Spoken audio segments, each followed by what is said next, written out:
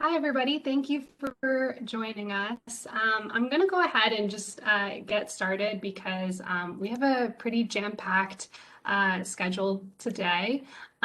So we're going to, well, thank you all for joining us for our Becoming Better Messengers discussing the COVID-19 vaccine with your clients. So the way this is going to work, we're going to have a 30-minute-ish overview of the vaccine, just getting us familiar with the safety, the efficacy, and the different needs. And then we're going to move into our discussion about the communication strategies. We've partnered today with the Network for Public Health Law, and they are going to be sharing with us their Becoming Better Messengers training that they have kind of centralized around the vaccine for us today. And then after that, I'm going to share some resources with you all that we have created, some messaging one-pagers that you can use when discussing with your clients about the vaccine. And we have a couple of tailored one-pagers as well to different audiences. So I'll share that with you guys at the end, and I will follow up in an email with those resources as well. And just to let everyone know, we are recording today's event for people who could not make it. Yeah, so without further ado, we're going to go ahead and get started. And so I will turn it over to Jen. She is a clinical pharmacist from St. Peter's, and she's going to walk us through the vaccine a little bit.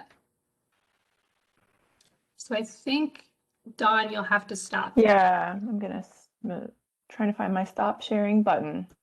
There we go. Perfect.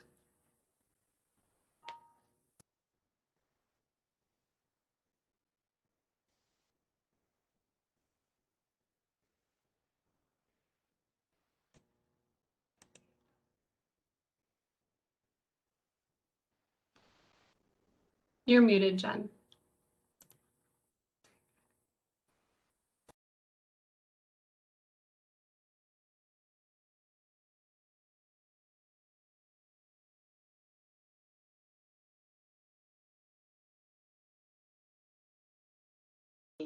Oh, phew. There we go.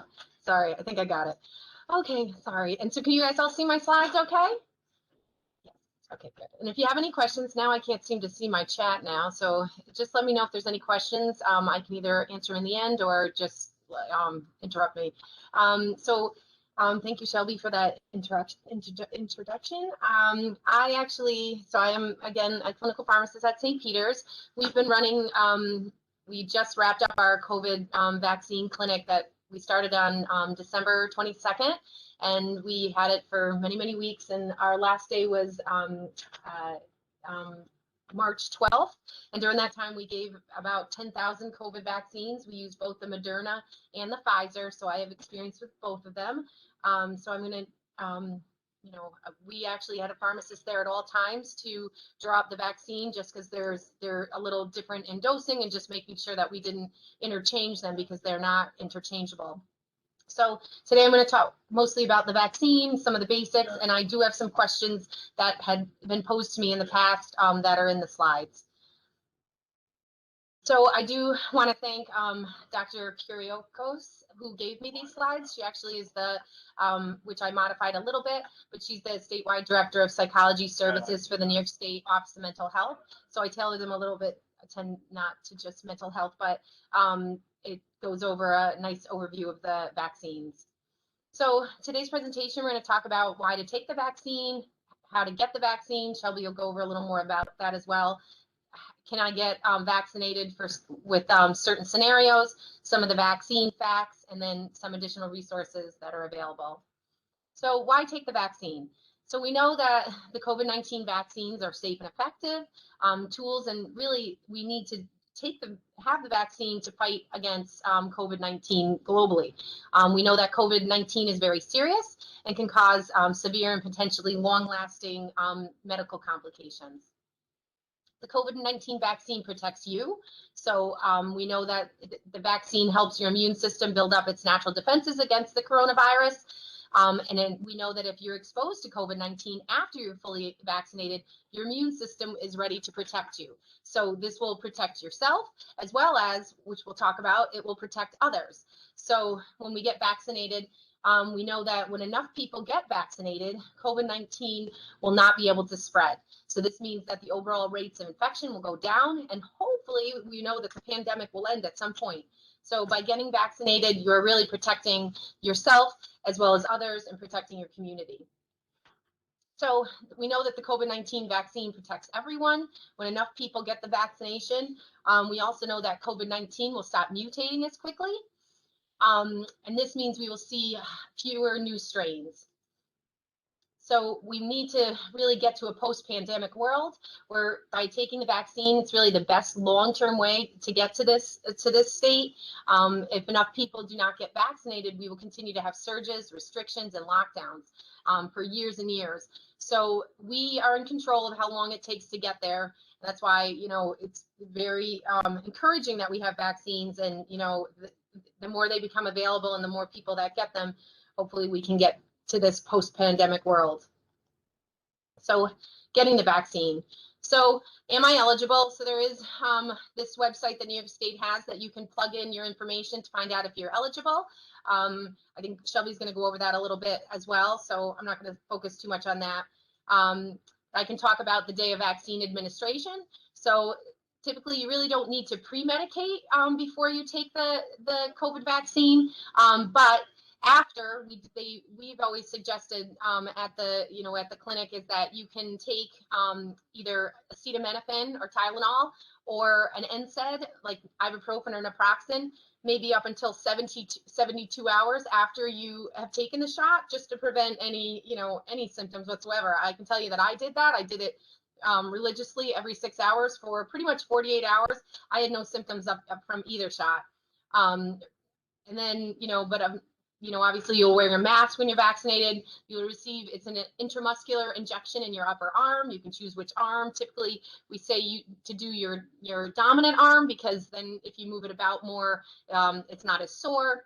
And then after vaccinated, you will be observed for at least 15 minutes for any side effects. So there's 3 vaccines that are approved in the United States currently. The Pfizer vaccine is 2 doses, which are 21 days apart. The Moderna is 2 doses as well, which is 4 weeks apart, so 28 days. And then the Johnson & Johnson Janssen shot is 1 dose. I do not have any experience with this one myself, but again, they are all, equally efficacious. So typically, especially with the ones that need to have 2 doses, what we were doing is that when you came in for your first shot, you were scheduled for your second dose right then and there, so that you wouldn't, it wouldn't fall through the cracks. You will get a card as well that actually tells you, the date of your first shot and then your second shot. We actually suggest people to take a picture of it, maybe make a photocopy. There is a registry where your physicians can find it as well, but I think it might be important to have, especially in your wallet at some point, so try not to lose that card. Again, the vaccines are not interchangeable. You can't start with one and get a second dose of another. You're supposed to get the same shot, especially for the ones that are the double doses. So side effects. So really, side effects are pretty mild that most people have, and moderate reactions. I would call the ones that people sometimes have felt that they had some flu-like symptoms after getting the vaccine. Usually they're only between 48 and 72 hours.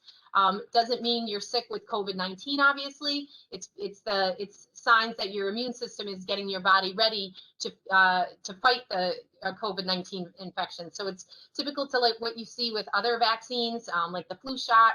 People used to think that the flu shot's making them sick with the flu, but it was really just your body gearing up to make antibodies to fight an infection if you were to be presented with a real COVID-19 infection.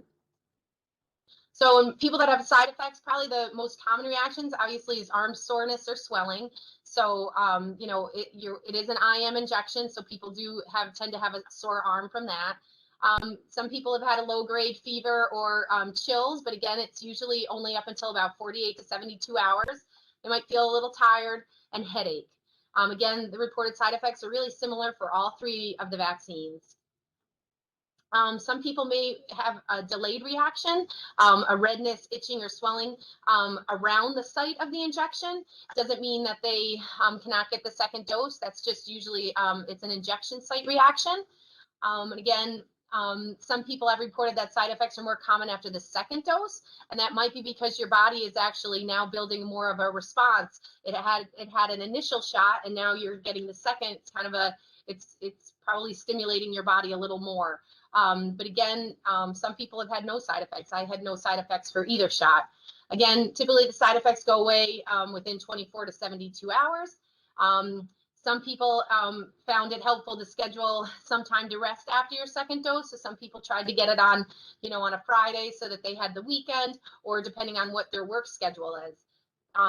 In case you do tend to have side effects from the first dose. So can I get vaccinated if? So if you've had previously had an allergic reaction to a vaccine or injectable medication in the past, they do recommend, talking to your doctor before getting vaccinated. There have been some, very rare cases of allergic reactions or anaphylaxis to all 3 of the shots. But again, very rare. If you have allergies, including severe allergies to oral medications or environmental allergens, say penicillin, other antibiotics, still none of that is in any of the vaccines, you can still get vaccinated. And say you have an allergy to a component of the vaccine, which all that stuff is available on the CDC website, and typically we have them printed out at the COVID clinic. But again, there's not much in it but the vaccine and maybe some other ingredients to keep it preservatives, but typically you shouldn't get vaccinated if you have any allergies to them, but again, very rare. Say you have a physical co-occurring condition, including a high-risk condition or an autoimmune disorder, you can get vaccinated. Sometimes they might have to modify some of your treatments if you're on things that might be suppressing your immune system, but we know that people with an autoimmune disorder or any other like hypertension, diabetes, they're at higher risk for complications from COVID-19 infection. So those are people that are prioritized to get vaccination. Say you are immunocompromised, including HIV positive, again, you're at high risk, and these are people that should get vaccinated. So if you've previously had COVID-19 and you have antibodies, they do recommend still getting vaccinated. They know that research has shown that the immune response from the vaccine is much stronger that is seen than with the infection, and is more protective against new variants, because we know that the antibodies probably only last about, they're thinking about 90 days. So typically when we first were giving out the shots, if we had providers or nurses that were infected with the COVID-19 infection, we had them wait at least 3 months to get the COVID-19 shot. If you currently have COVID-19, yes, you can get vaccinated as soon as you're out of your isolation period. So that came up as well, that we had patients that, or patients or caregivers that were testing positive for COVID-19 and they had to push their shot out. But again, you can get vaccinated as soon as you're out of, you're not quarantined. There's other people that we've had this happen too with physicians and nurses that got COVID-19 between the 2 doses. So what they say is they still want you to close the loop and get the second shot, but wait until you feel better as well as you're out of your isolation period. It's okay. We know that it's okay. It's better than not getting your second shot at all, but to get your shot late. So if you're an older adult, of course, these are the people that we want vaccinated. As you know, that there was different age groups that they were prioritizing. So, the older adults were actually prioritized because they have a higher risk of complications from COVID-19. If you're below 18, currently the only one we have is the Pfizer vaccine is approved for 16 and older. The Moderna and the Janssen and Johnson vaccine is for 18 and over. So if you're planning on or trying to become pregnant, yes, you can get vaccinated. They actually recommend it. If you're currently pregnant or lactating or breastfeeding, we know that the vaccine trials did not specifically include people in these groups, but they do recommend that vaccines are not withheld, because we know that patients that are pregnant or, are at high risk for complications for, viruses and infections. So they do recommend, and here at St. Peter's, we vaccinated many pregnant patients, or people, healthcare workers. We know that pregnant people are at higher risk for complications. So again, this group is prioritized. We didn't, for lactating and breastfeeding, they do recommend talking to your doctor first about that. So how effective are the vaccines? All the vaccines approved have been shown to cut rates of infection by over 50%, and to completely prevent hospitalization and death. So that's probably the most important thing, is that even if you were to get the COVID-19 infection after being vaccinated, your risk of, or your chance of actually getting very sick following that is much attenuated because you've gotten the vaccine.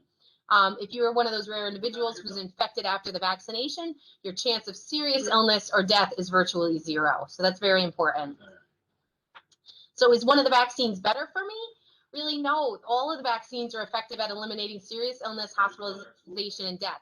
And most of the time, you really won't have a choice. So we have, on any given day, we might have had we always gave the second follow-up dose as the same as the first, but some days we had a lot of Moderna, some days we had Pfizer, and we always made sure we had the subsequent dose for those people, but you couldn't always choose what vaccine you got. So you really should, they're all efficacious, they're all very, very safe, and they all have very similar side effect profiles. So it really depends on what the site has to give for you. So again, is one of them better for me? So really getting the vaccine as early as possible is better for everyone and better for the community. So when you are offered it, do not wait. The exceptions are if you have an allergy to one of the ingredients, obviously, in one of the vaccines, wait for another. But again, that's very, very rare. We had, the 10,000 doses that we saw, I don't remember anyone having an allergy to one of the ingredients. That's not probably a big thing to think about. If you are 16 or 17 years old, obviously you can only get the Pfizer. If you are in a situation where you might not be able to safely schedule your follow-up dose, that would be something, if you were traveling or, you wouldn't be, there was a chance you couldn't get the second dose somehow, that might be a case that you might want to wait for the one dose. But again, that's not always possible.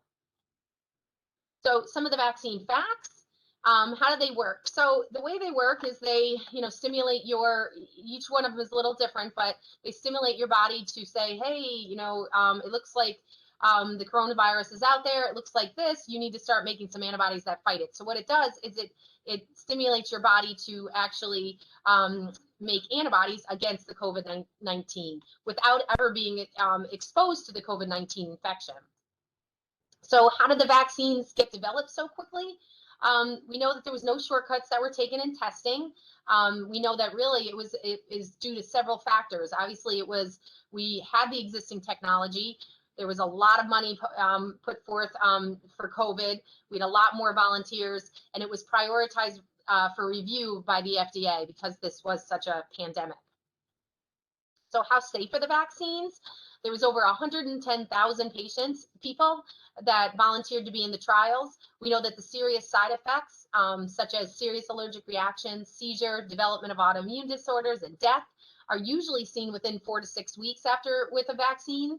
And safety data has found no serious side effects in the trials. And we're past 4 to 6 weeks to several months with a lot of these trials. Millions have been vaccinated worldwide as expected, so there has been some serious reactions that have been seen. There's probably only been a handful of anaphylactic reactions, and what they say it's approximately 4.5 reactions per million vaccines given. So some of the serious side effects of COVID-19 infection, everyone knows about the how many deaths we've seen. There's more than 514,000 people have died from COVID-19 in the US, and it's about 2.5 million worldwide. And this is more than, having 9/11 deaths every day for 6 months in a row. We know that the U.S. deaths are greater than World War I and World War II and Vietnam War casualties combined. And we know that just on Christmas Day, 120 people in New York City died of COVID. So we know that a lot of people have obviously died from COVID infection. So we know that this is the main reason we want people vaccinated, is to try to reduce, death. The long-term risks, we know that the risks of having COVID-19 infection, they do have a long sequelae of side effects or symptoms that can last weeks to months after the virus is out of their system. I have nurses and doctors here that still, they just feel they have shortness of breath. They get tachycardic because they want to just exercise.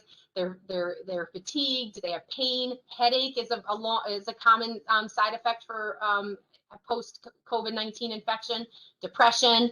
So again, these are things that we want to prevent. And more rarely, some people experience long-term heart, lung, kidney, or brain complications with a COVID-19 infection.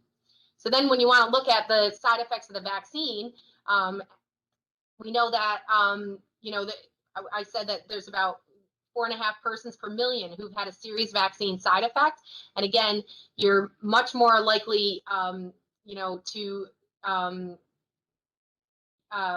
you're 336 times more likely to win an Olympic gold medal, 666 times more likely to get struck by lightning in your lifetime, or 1,000 times more likely to date a millionaire than to have serious vaccine side effect. When you're looking at 4.5 persons per million vaccines given.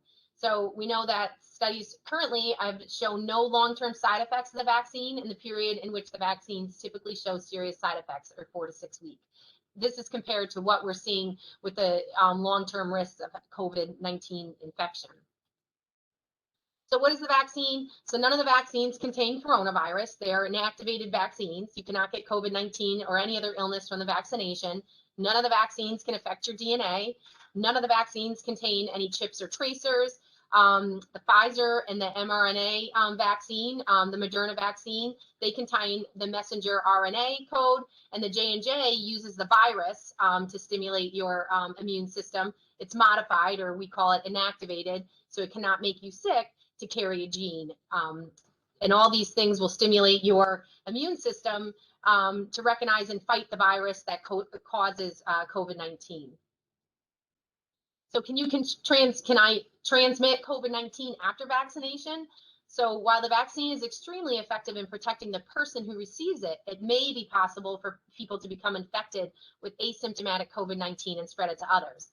But it shows that asymptomatic transmission is reduced in those unvaccinated, and research is ongoing. So we actually think the risk is extremely low once you are vaccinated to be able to pass it on. Will the vaccine protect me against new strains? So far, the vaccines approved in the US have been shown to be protective against new strains. The vaccines may become less protective against some strains, but some protection is better than no protection. And this is due to like mutations and things like that may be occurring. The vaccine companies are also studying whether booster shots might be helpful for the new strains, but we know that the more people take the vaccine, the slower the new strains will arise. Will I need a yearly COVID-19 shot? We don't really know that yet. It is possible that the COVID-19 vaccine might be a one-time shot, but more likely it might require boosters or might require an annual injection like the flu. Unfortunately, the more that COVID-19 mutates, the more likely we may need seasonal shots. So the quicker we can get, COVID-19 shut down, like I said, the faster people get vaccinated, the less likely COVID-19 will mutate, which will hopefully lessen the chance that we'll need boosters or multiple boosters. So what precautions should you take after a vaccination? So even though you're vaccinated and you're protected yourself and hopefully protecting for others, they do still recommend taking standard precautions like hand washing, physical distancing, and masking, especially around individuals who are not vaccinated. So this is still, we know that we're probably going to be doing this kind of stuff till at least the fall and maybe farther, unfortunately, until, it's, really shut down the COVID-19 infection rate. So what is the safety of the vaccine in the long run? So we know that after a vaccine is authorized or approved for use, many vaccine safety monitoring systems watch for adverse effects or events, possible side effects. This continued monitoring can pick up on adverse effects that may not be seen in the clinical trials and might be seen outside of the window of the clinical trials. So if an unexpected adverse event is seen, experts quickly study it to further assess whether it's a true safety concern. And then they decide if changes are needed in the U.S. vaccine recommendations. You can actually go to the CDC website, and you can they talk about some of the side effects. There's been obviously deaths reported in patients that have gotten the COVID vaccine, but they have felt that all those deaths or even the side effects are not related to the vaccine, and probably they were patient specific. So there's ongoing monitoring that is for all vaccines reporting. And again, experts, are looking at this stuff on a daily basis. And right now there's been no side effects that have, been, outside of the normal side effects that I talked about that have been detrimental with the vaccine. So what is the best guidance for clients who have young children who cannot be vaccinated? So we know that, again, while if you're vaccinated and you're protecting yourself and others, but we do know that there's something called herd immunity. Herd immunity means that if enough people in the community are protected from getting a disease because they've already had the disease or because they've been vaccinated, we know that herd immunity makes it hard for the disease to spread from person to person. The more the people are vaccinated, and we know that once you're vaccinated, the risk of you actually passing it to someone is very low. So it protects those who cannot be vaccinated, like newborns, people under the age of 16, young people, or people that might be allergic to the vaccine. So until and studies with children and younger adults is ongoing currently. So in the future, we might be able to, it's a strong possibility that we'll have a COVID-19 vaccine for that group. But right now, you can be assured that the more that people are vaccinated, the more everyone will be protected. So I flew through that pretty quickly because I speak really fast. But does anyone have any questions? I see my chat, but.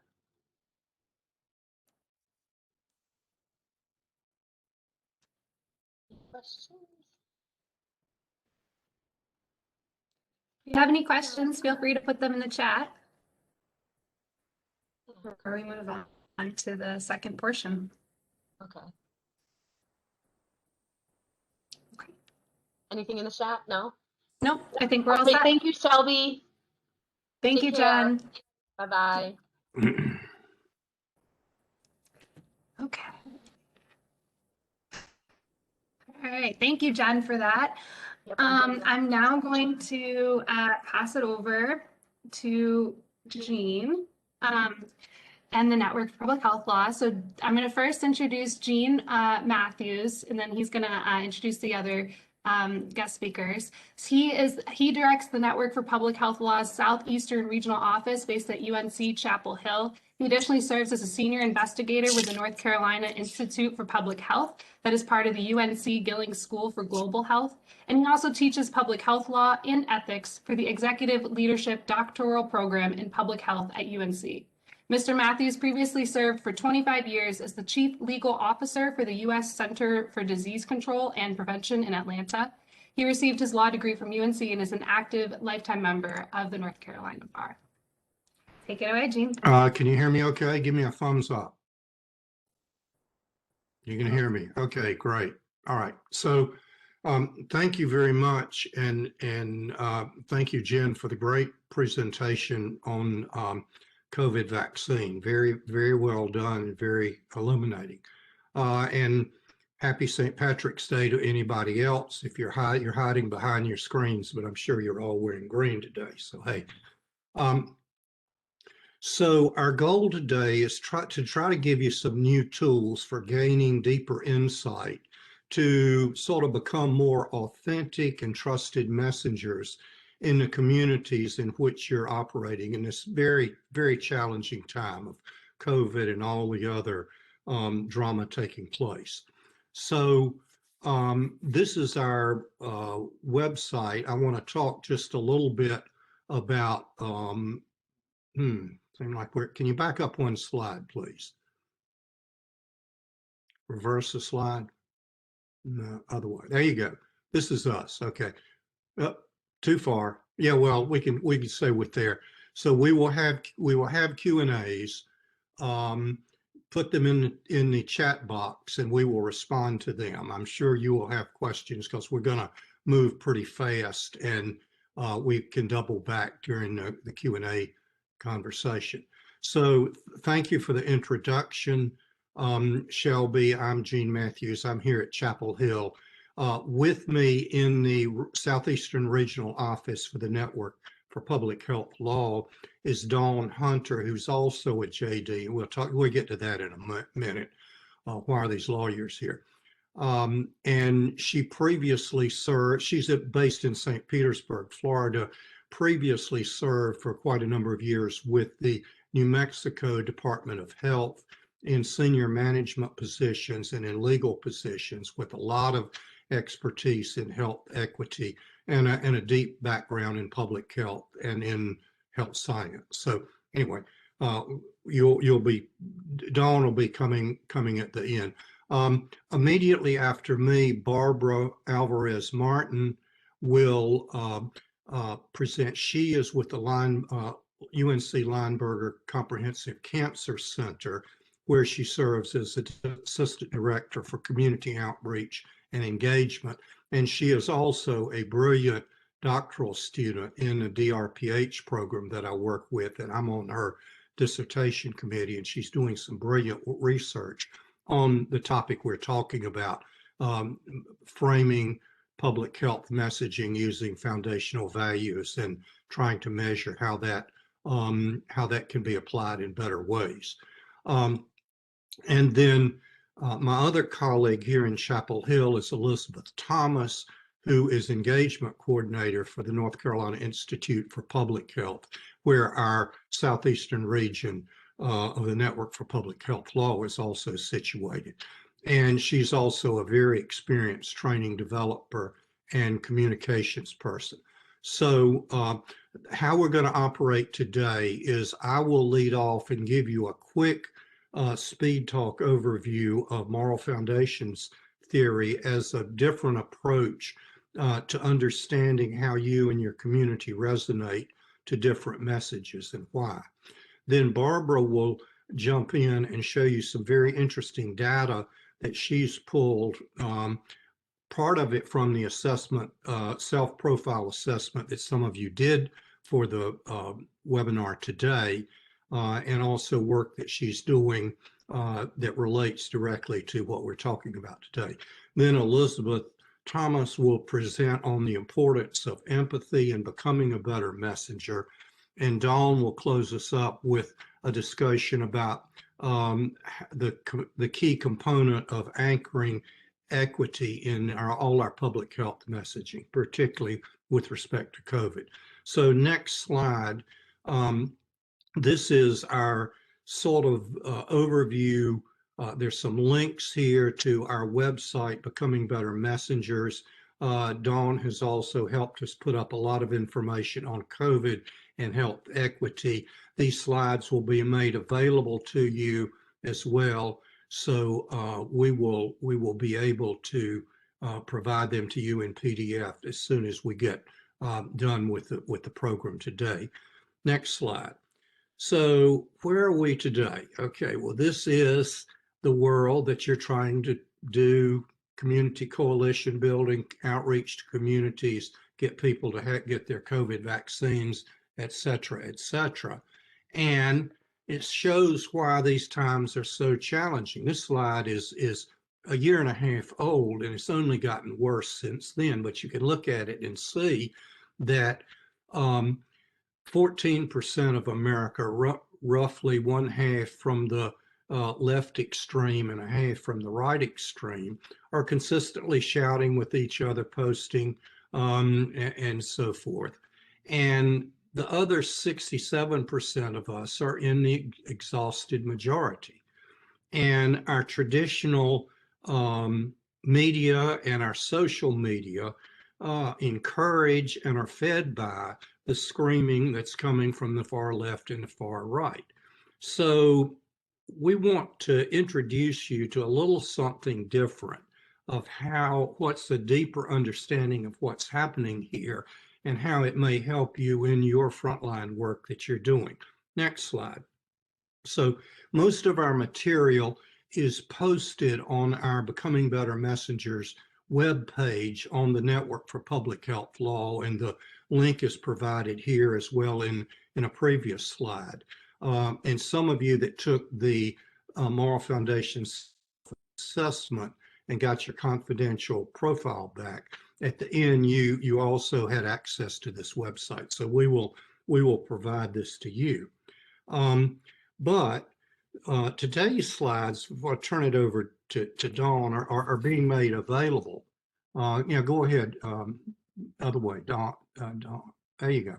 I'm sorry, Barbara. Thank you, Dawn. So this is Barbara. She's going to take a little bit of your time here and explain some fascinating work she's doing. Jump in, Barbara. Great. Well, if you'll fast forward to the next slide. So 16 of you completed the Moral Foundation's assessment. And if for those of you who completed this assessment, you'll remember that you were asked a series of, or you saw 39 statements. You quickly went through, it took about 5 minutes, and you just ranked from strongly disagree to strongly agree on a bunch of statements. And those statements were reflective of these 6 different foundational values. And Jean will talk a little bit more about those later. But just sort of fast forwarding to the results of this group, you can see that on a scale from 0 to 5, 5 being you resonated most highly with that particular value, that care and fairness were both rated about 4 out of 5 on a scale out of 0 to 5 by this group, and that loyalty, authority, sanctity were rated a bit lower. Next slide, please. So what we're finding, we have asked this and done this assessment with hundreds and hundreds of people across the country. And most recently, we asked this, did the same survey with a group of local municipal officials in North Carolina. So this was just a few weeks ago. And so I wanted to show you that they're, depending on types of groups or where people live or what their values are, that people resonate in different ways. If you go back one slide, you can see that this group was higher on care and fairness. Go forward to the next slide. And the elected officials were a bit higher on loyalty, authority, and sanctity. And so these values are resonating with different folks in different ways. So that's one message that I wanted to get across. I'm doing my dissertation on this, so this is all very preliminary data. I have yet to do a deep dive into it. But I also wanted to show you another interesting thing that we have found. Thank you, with this slide. So back a year ago, a little over a year ago, and before the coronavirus pandemic started, we surveyed a bunch, over 100 people who were part of the North Carolina Public Health Leadership Conference. And you can see how their scores align. And you can remember kind of where the bars were for your group as well as for the elected officials. And care and fairness were still high, but they sort of went across the board to all 6 of these different kinds of values. And go to the next slide, please. We surveyed the exact same organization, North Carolina Public Health Association, in October of this year. And we were surprised to see that the same group, not necessarily the same people, but the same group actually scored much higher on care and fairness. And if you go back one slide, just to show how these change, all of them increased. Before COVID and then after the pandemic, we were right in the middle of it, as well as these last 3, loyalty, authority, and sanctity. So we're finding that there seem to be differences even through this pandemic about where people how people are resonating with different values. So keep that in mind as Jean then kind of unpacks what all of these values mean. Next slide. Okay. Thank you, Barbara. Brilliant work going on. You're going to hear a lot about her down the road. So write her name on a Post-it note and keep it nearby. This is really very interesting stuff going on. So just to stay on our timeline, let me reference. This goes back to the question I touched on earlier. What are Gene Matthews and Dawn Hunter, two lawyers, doing in the middle of this conversation about messaging and COVID and political food fight going on in your world?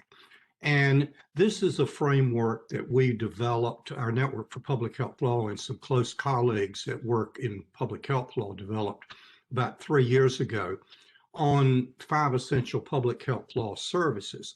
But it's developed into a much more interdisciplinary process. So if you want to change law and policy to improve the health of our communities, then it's sort of 5 steps. And those 3 circles in the middle really touch on key points. One is you can't spend all your social capital, your political capital, trying to effectuate a change. You've got to select a legal or policy solution that will get the job done and then move on it.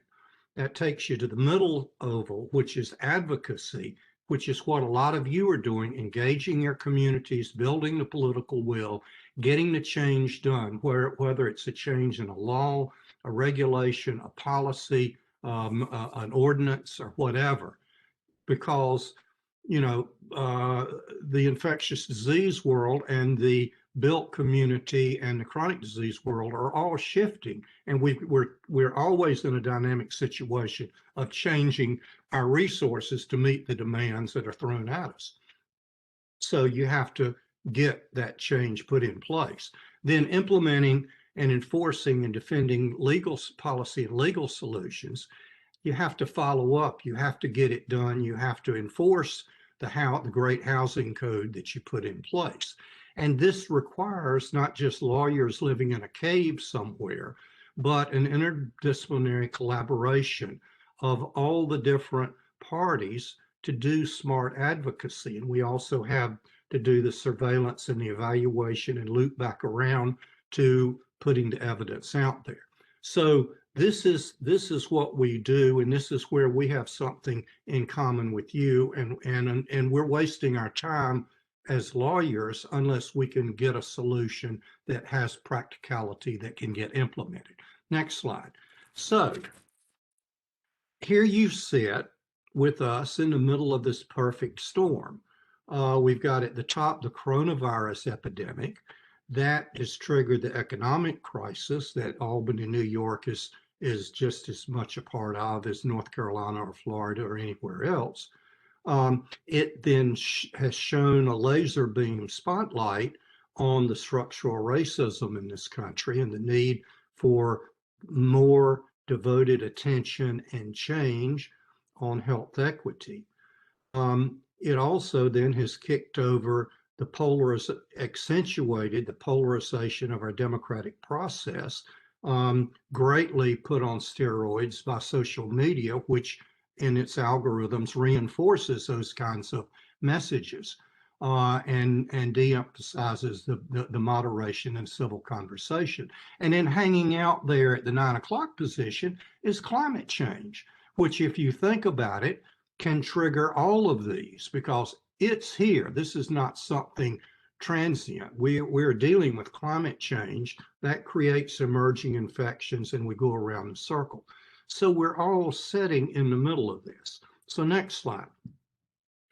A lot of you in public health have probably are familiar with this phrases toolkit that the de Beaumont Foundation, Aspen Institute, and a center here in North Carolina developed back early fall that is really good on messaging and how to choose your words and how to work in stories and a resource library and all of that.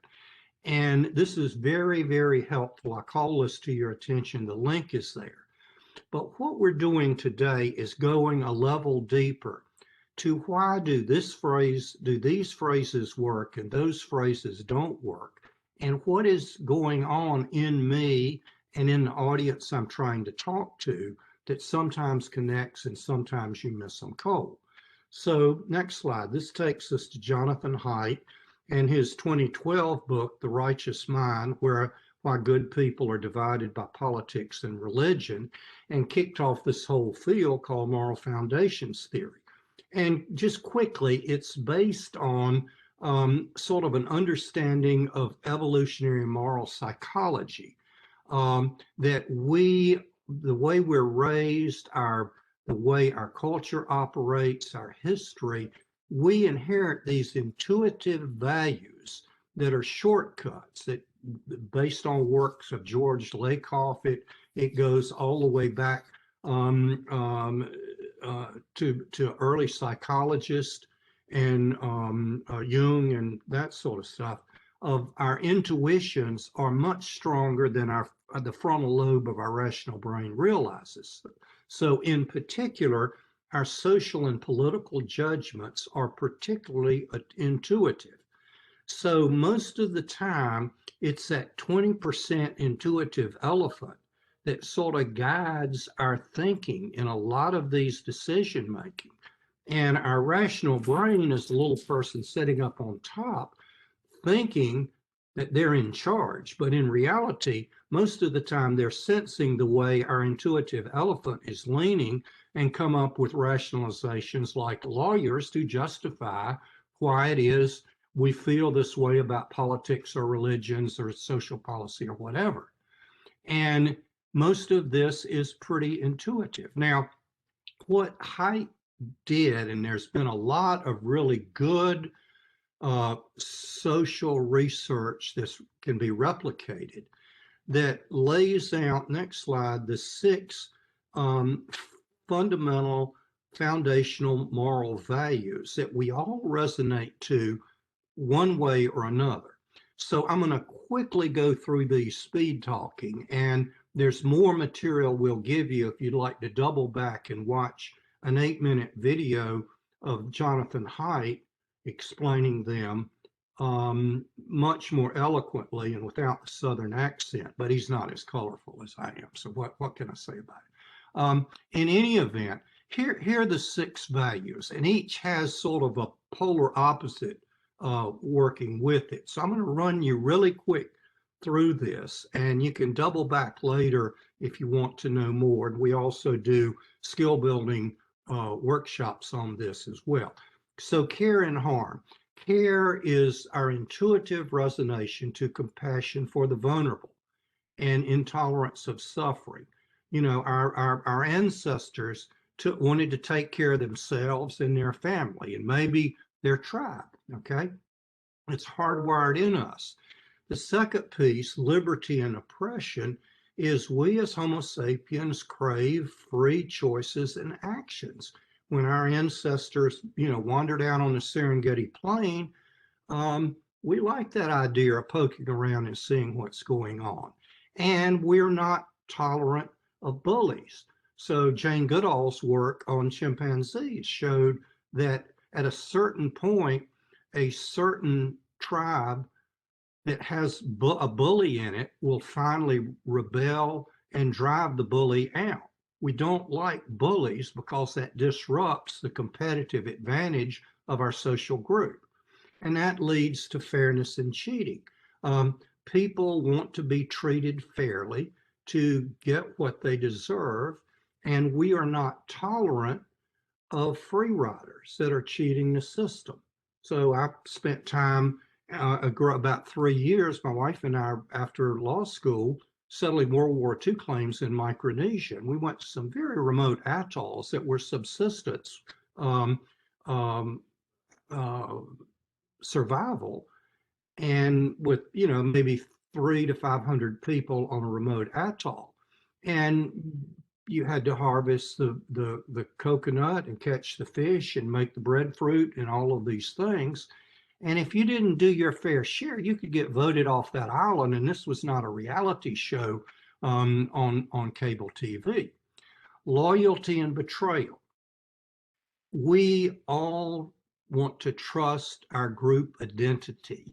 And we can change that loyalty in this world with the click of a mouse to go from our family to our extended family to our community, our neighborhood,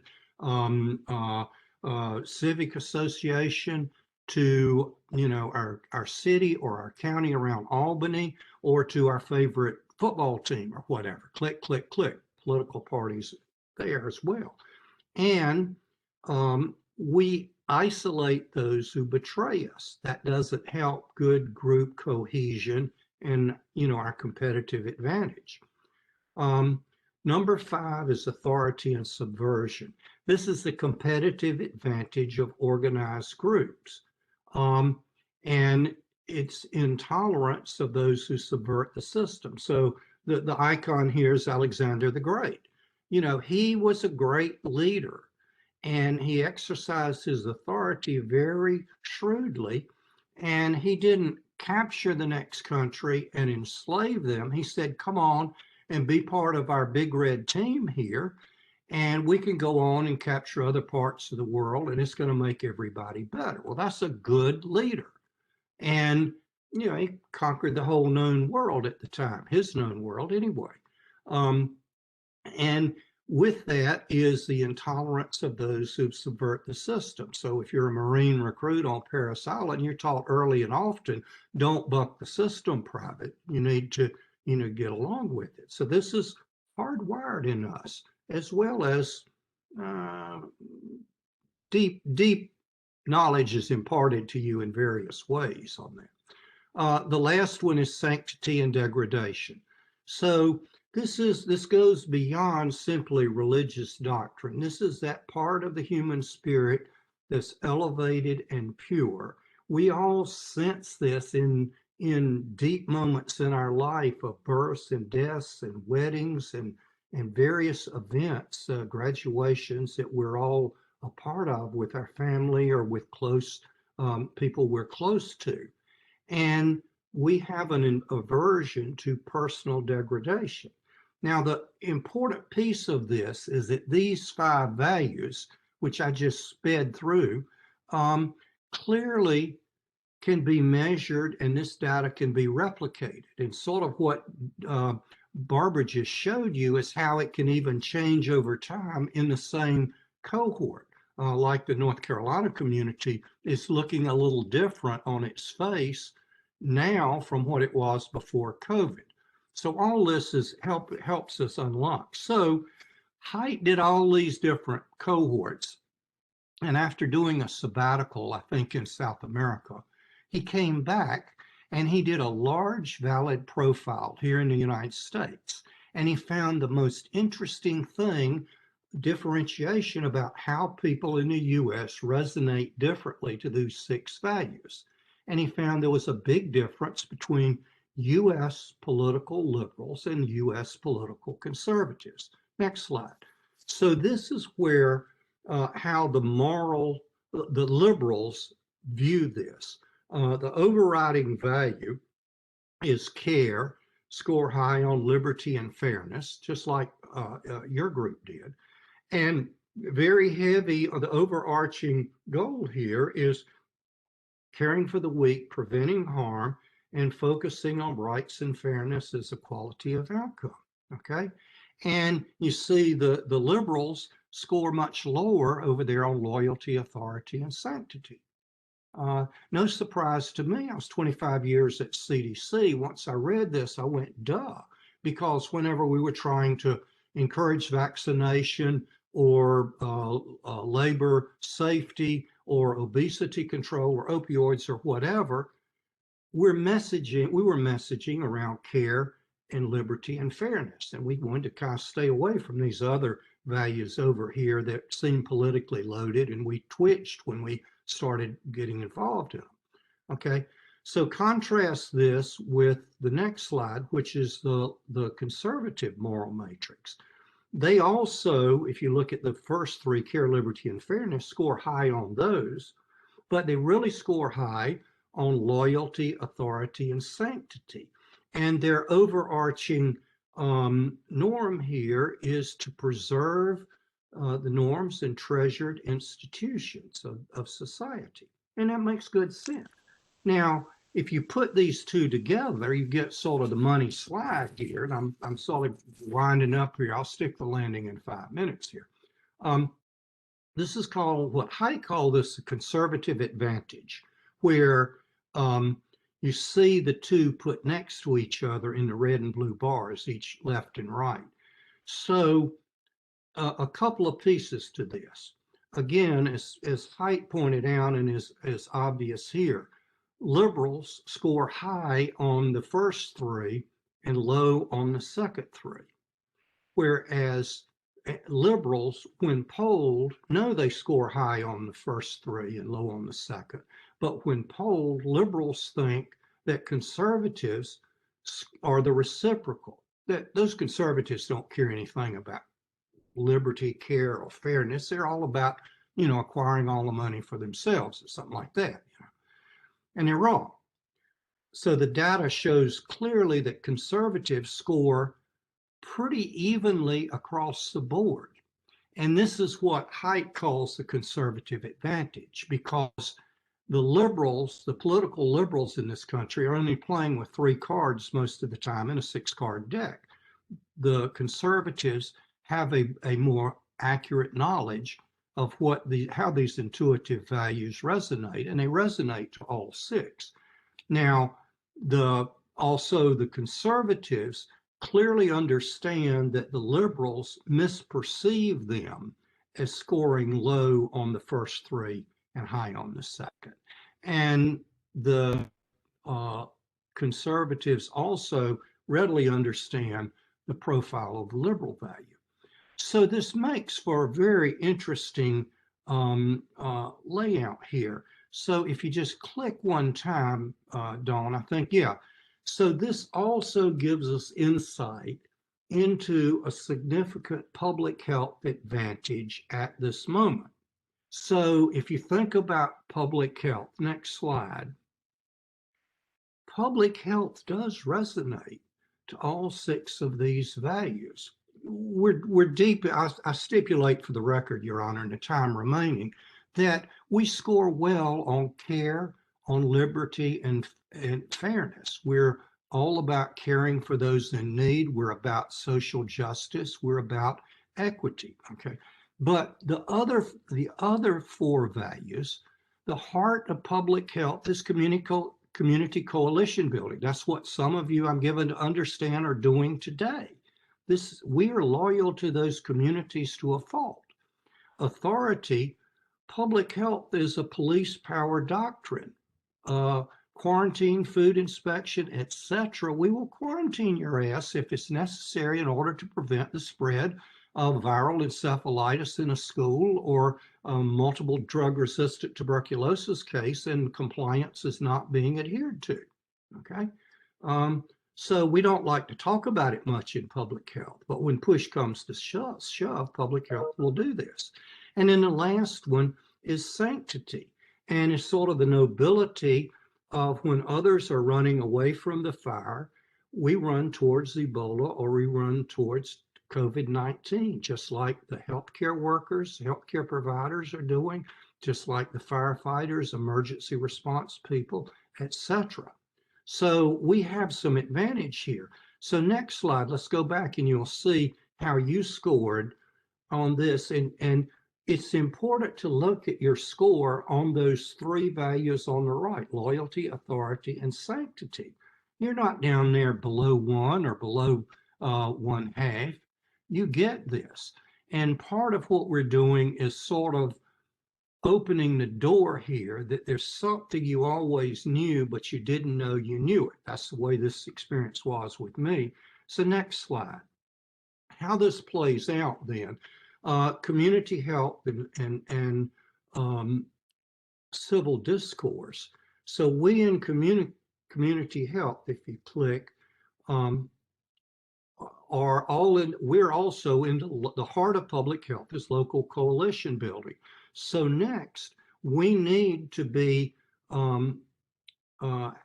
have civil conversations take place in order to build these coalitions. So next, you see that public health needs this civil discourse to occur in order to do our job. And you see that community health can add value to the dialogue taking place. So this is really important what you're doing on this. So one quick slide and then I'll wrap here. Next slide. So this is a worksheet that we do in our skill building training, where you can take one of your issues and we can work through how you frame it using all 6 value. But the important thing we've learned is on the left-hand part of the slide, where there are new opportunities for skill building our workforce on these deeper values, and we can come up with the ability for individuals to frame their issues using all 6 values. And what we found in the past year, this is useful not just to leadership officials who are wanting to advocate, to elected officials or whoever for law and policy change, but this is also very applicable to workers on the front line who are out in their community dealing with various audiences around Albany, day in and day out. So last slide. If you want a more eloquent version of this, of what the 6 values are, then this is a link, and I will post it in the chat box as well, of a YouTube video by Jonathan Haidt. This was done in 2014, but also the things he says in 8 minutes about the political divisions in this country and how to understand them deeper. I commend that to your attention. So I will send that out. And I'll pass it on to Elizabeth. And again, remind you, you can put your questions. Barbara wants to know, will the people in the training be able to do the survey? Yes, we will keep it open and we'll send the link back out to everyone. And this will not judge your moral soul. It just gives you an insight into how you resonate on some of these things. So with that set up, Elizabeth, but take us back up onto higher ground here. I've wandered amiss. Go ahead. All right, you can go ahead and go to the next slide. So I'm going to build off of what Jean has given us, a really great foundation, and I'm going to try to just keep going with once we understand sort of like where we're all coming from, how do we then kind of take that forward and communicate what we're trying to say in a way that's going to actually hopefully get people to take action in a way that we are trying to get them to do. So I talk about empathy. You could also frame it as active communication, active listening, those kinds of things. Basically, it's how do we go out as community health workers, as public health people, and say, this is my message, this is the thing that is really important that we're all trying to do, like getting people to get the COVID vaccine and convince them to get from point A to point B with it. So, and sometimes the discourse does not look pretty. And, I think we're all aware of that. So first things first, just want to acknowledge that, encourage you to all have some empathy for yourselves with dealing with a situation that can be really difficult. And also then say that this is not me saying, please go stand up in front of an angry mob and try to, reason with them with active listening necessarily. This is more about like the one-on-one kinds of conversations and some ways that I think that those can be more effective, not necessarily facing the protesters in your town. Choose your battles, choose them wisely. You only have so much energy in the day. Next slide, please. So why do we talk about empathy though? A few key reasons. One is that, especially with a group like what I understand this audience to be filled with is, you're building relationships with real people like day to day working in communities. These are ongoing relationships, these are people who know you, you know them. So, this is, it's really important that they see you as caring, and you do care. And so that, you're really maintaining that respect and really good communication with people. It's also a really good way of making sure that we're reframing and connecting with people in a way that's genuine and authentic.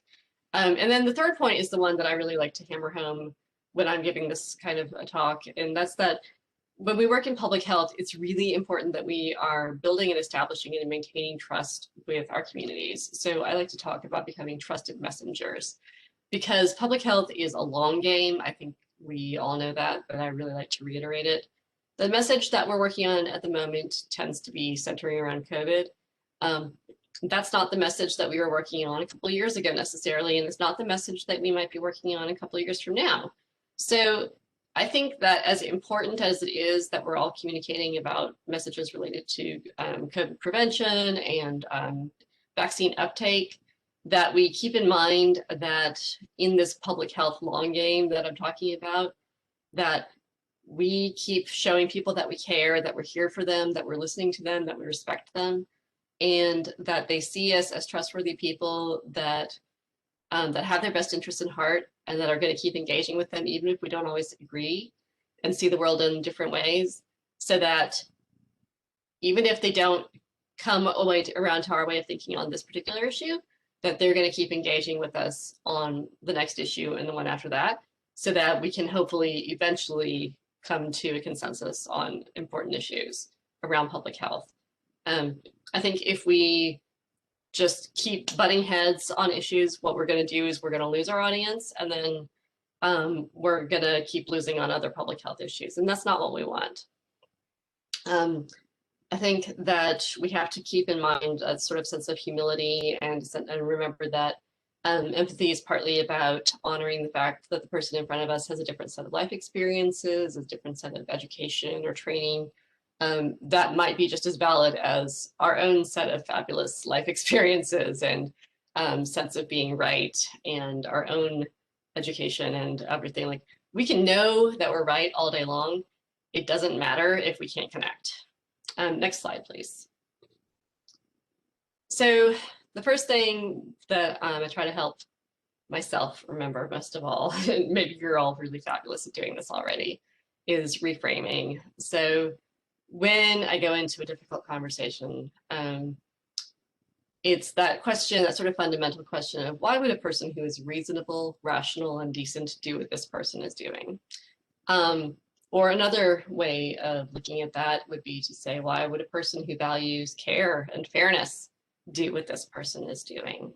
Or yet another way of framing this question is the best parenting advice I ever got as the parent of 2 teenagers and a tween who is very much on her way to being a teenager is, when you want to yell, ask questions. Basically, don't bang your head against the wall, engage. Don't assume that the person is doing this, say it has this different viewpoint just because they are wrong, and want to make you angry. Try to think what is their point of view, and can we assume that their point of view is valid and comes from a good place? Next slide, please. Reframing is the work that we're doing sort of internally. We're keeping it quiet. We are not projecting that we might be having to wrestle with some, complex things inside ourselves. But that is a really important step. The next important step is that we're making sure that our points of view are understood and are really, really clear to the person that we're talking to. So that's the slide, which is clear communication, obviously. It's about being candid and looking to connect with our audiences, or not necessarily an audience, but the person we're talking to. So that's about stating your position really clearly. It's also about being not afraid to explain and advocate for our positions. I think this comes through really clearly in Jean's slides, but every now and then it has come up that somebody's like, are we just trying to, understand the moral foundations so that we can spin our messages, and I think that's a really important distinction. We are not trying to, we're trying to resonate, definitely, but we also want to be very clear about what we believe, and we're not afraid to say what we believe. So explain it, advocate it, say, I believe this, and this is why, this is the data that backs me up. And this is why, what I'm doing, and this is why I believe it's the best option. People respect you being willing to say what you believe and why you believe it. Next slide, please. And then the flip side of that is the active listening piece. And this is where that humility comes in, the reframing. remember you have reframed and you're willing to believe that this person is rational and reasonable and good person. Being humble and curious. And so asking a lot of questions. What is your perspective? Test my position and tell me what I'm missing. Those are really, really, really good questions. And then truly listen. Don't just perform your listening, but to truly sit back and hear what the other person has to say, and find out what their concerns are. A great example of this, obviously, is the vaccination question. There are a lot of people who are wary about the vaccine, and we may believe that it is absolutely the best thing for everyone who can possibly get the vaccine to get it. I believe that. That is, in all honesty, that is truly my position on it. But if I'm talking to somebody who's feeling hesitant about it, I can ask them why and then listen, with genuine curiosity to their position. Tell me more about that. Can you give me an example? Like, these are good questions, and engage and listen and hear what they have to say about it. So that's going really quickly. And then I have a little, if you can go to the next slide, Dawn, a quick activity that we can try out and see how it goes if you guys will engage with me in the chat really quickly. So I've got my little icons and my little thought bubble, and my little person is reframing. They're not going to let themselves be sarcastic and think, please tell me how essential oils will cure COVID. I'm dying to know. So how could you respond as an empathetic listener if you're talking to somebody who's feeling hesitant about, say, getting the vaccine? How can you reframe? How can you be candid and curious as you're talking to somebody? And maybe they've heard some misinformation, or maybe they're telling you something along the lines of, I believe that my natural immune system is just really kick butt, and I'm going to be fine. I don't need to get vaccinated. So thinking back over the past few slides, first of all, remember that sort of internal work of, we're going to sort of assume the best intentions. We're going to assume that this person is rational and reasonable, and not just, a kook because maybe they have like a little bit of a crunchy streak. Full disclosure, I have a little bit of a crunchy streak, okay?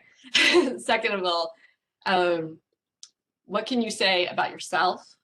What can you ask them? And then do you want to throw a few suggestions into the chat about how you might engage with a person like this? And I'll start you out because we all heard the same presentation at the beginning of the webinar that I really, really, really loved that line about how we are all in control of how long it takes to get there. That getting to that herd immunity point is something that we're hoping is inevitable, but we have some control over how long it takes to get there. So I hope that resonated with somebody else in the audience as well. But does anyone else have any suggestions you want to throw out there in the chat? And I can't see any faces, so I have no idea if there's anybody even out there. The chat is my only indication that anyone is even out there.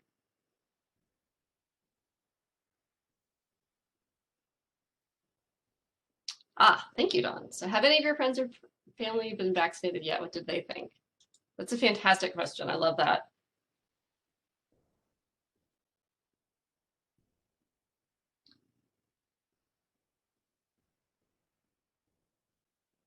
Yeah, can you please tell me why you feel this way?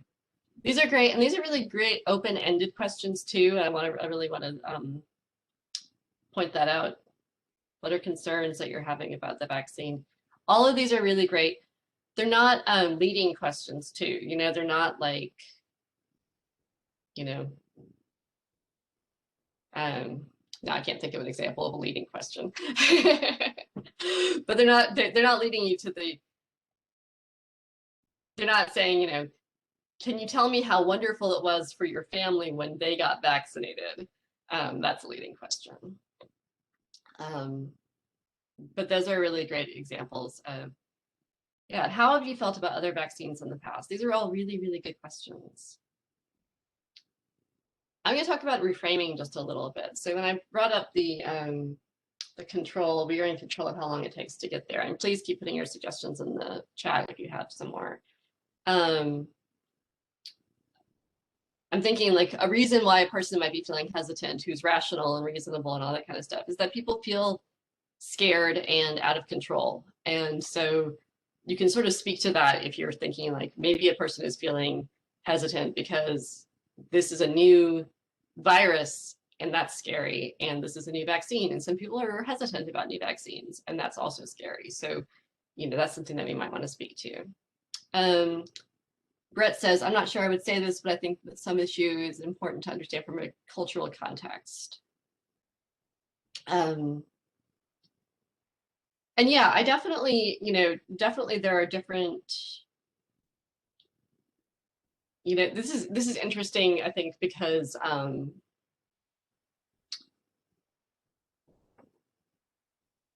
you know, I think that there are different cultural, you know, we see some information about cultural, you know, different cultural approaches to things like vaccine hesitancy.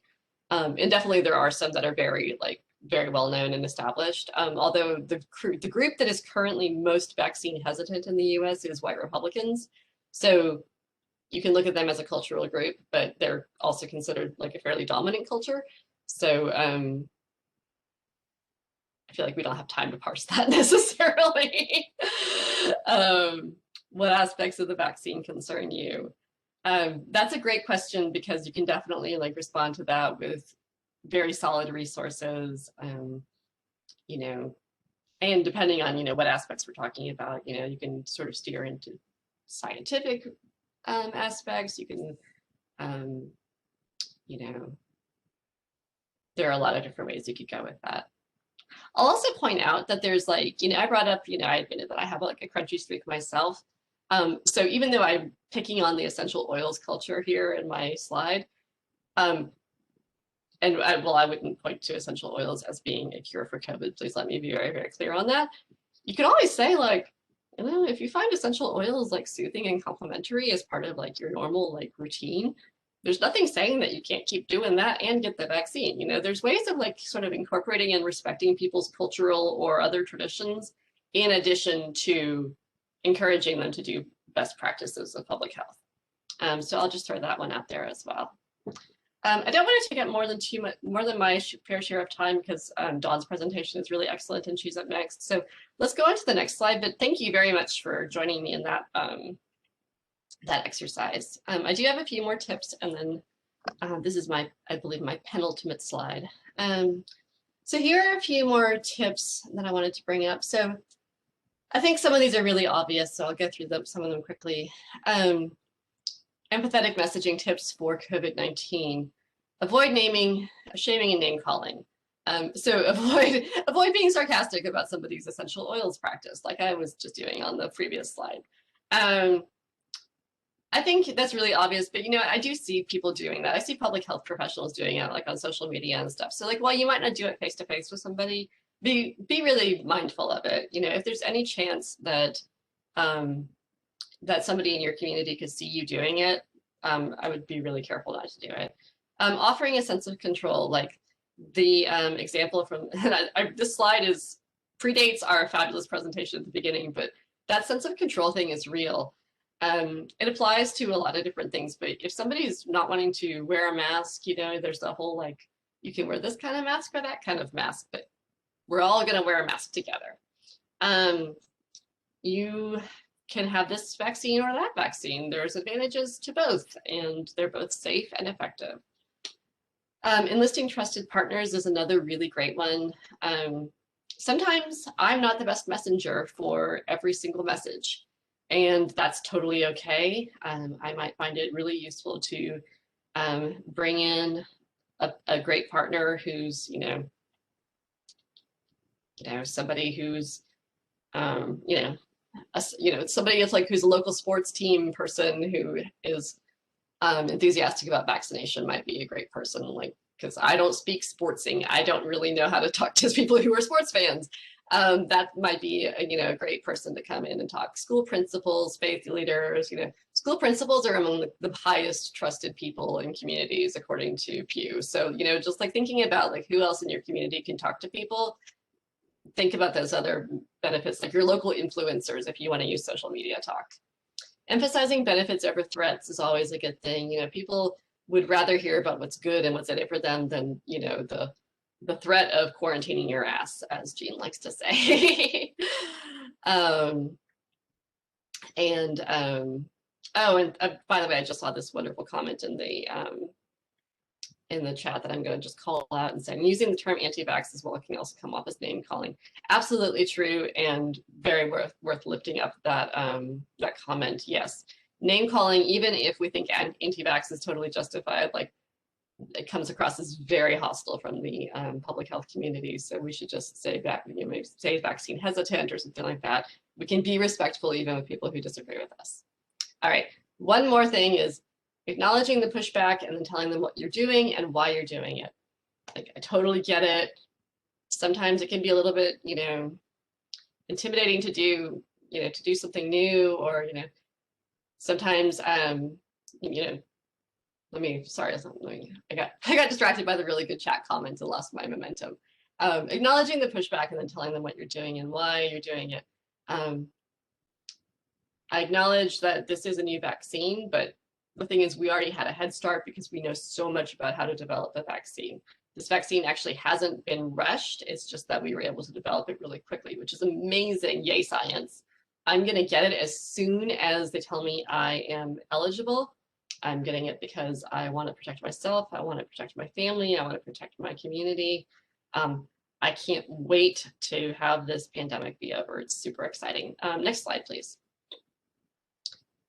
And then I just wanted to show a couple of examples of empathetic messages that I adore. I saw the one on the left at Walgreens about a week ago, and I immediately went online and Googled until I found it because I just loved it. I think it's really great. Both of these are really apolitical. Neither of these say, like, you have to really believe something specific. It just sort of says, you should do it. And that's it for me right now. I hope that I'll get to engaging questions a little bit later. And now it's on to you, Dawn. Okay. Ooh, can you hear me okay? Okay, thought there was an echo for a second. So thanks. I'm glad to be here, and thanks to Shelby for the invitation to join y'all today. I'm always happy to follow Elizabeth because I think you'll see, as I like to point out, that there are a lot of correlations between empathy and equity, and it's probably no surprise as we get through the slides, you'll see why. I do want to call out a very cool comment from the presentation on the vaccines themselves, and we were told a vaccine sends a message to your body. And I'm like, how appropriate for a communications kind of oriented training, you know, thinking about the vaccine delivering a message too. So I'm going to talk a little bit about equity and some tips and tricks on how to incorporate equity into your messaging. And I'm also going to ask you to use the chat in a few minutes. So be prepared to share some ideas. And I promise this will not be a difficult question that I'm going to pose to y'all. But I am going to start with this. These are things that I've heard from people, and you know, I think it's always important to keep in mind, what do people want to know versus what we as public health, as community health professionals want to tell them. And so behind each of these questions is a deeper question. So the one that we're focusing on today really is, I don't trust how fast this vaccine was developed, in the vaccine in general. But behind that is really more like, you know, how do I know if I'll be safe if I get the vaccine? Or, you know, I don't know anyone who got the vaccine. Or we heard Elizabeth say, you know, I think my natural immunity is good enough. Why isn't it? So I just want to encourage you to think about going beyond what you hear when people say things like this, and to really get at what people want to know, like what is the underlying question that they have. So when I talk about centering equity, I'm talking about equity in the content, which could be you're talking specifically about a community and you're talking about people of color who are in your community who are not getting vaccines, even though they are the ones who maybe were most impacted by COVID. You can also have equity in the outcome of a message, meaning like you want to get people to do something that will result in equity. And that could be you're advertising about where vaccine distribution sites are and how to get them, how to get there. Offering rides, offering assistance with registering on the vaccine portals and things like that. And centering equity is important for a number of reasons. A couple of them are listed here. One is that we share solutions so that we can actually address the problem. Two, and very important to me, I think, is that we normalize conversations about why we have health differences in health outcomes. And the third is that we reach people where they are. That, you know, their messaging isn't one size fits all. and you got to communicate to people in a way that resonates with them. And I also encourage you to think about, your own reasons for censoring equity. So when you start thinking about how to create a narrative, you want to understand who your audience is. Studies of social justice movements, I like to say this, make it clear that movements don't happen if you are always and you're only reaching your advocates and champions. So everyone has a tipping point, every movement has a tipping point. And so your messaging is really about trying to reach the people who can be tipped. There's a really excellent book on this called The Tipping Point. That's the image here by Malcolm Gladwell. It really dives into examples of how movements have started, and including some public health examples. But you also want to think about a couple of other things. And so that includes, what does your audience value? This is what Jean and Elizabeth have just been talking about. We also don't use the same language to talk about things. And so you really want to understand, how does your audience define key concepts? And then why are you trying to reach them? Do you want them to change their behavior? Do you want to inform a decision? Do you just want to educate people? You have to be clear on that up front. And I use the term audience, but I want to be very clear that you can have an audience of one person, and that's still an audience, and they still have a perspective that you need to be very much aware of. So one way that you can visualize your audience is using the collaboration continuum or stakeholder management model.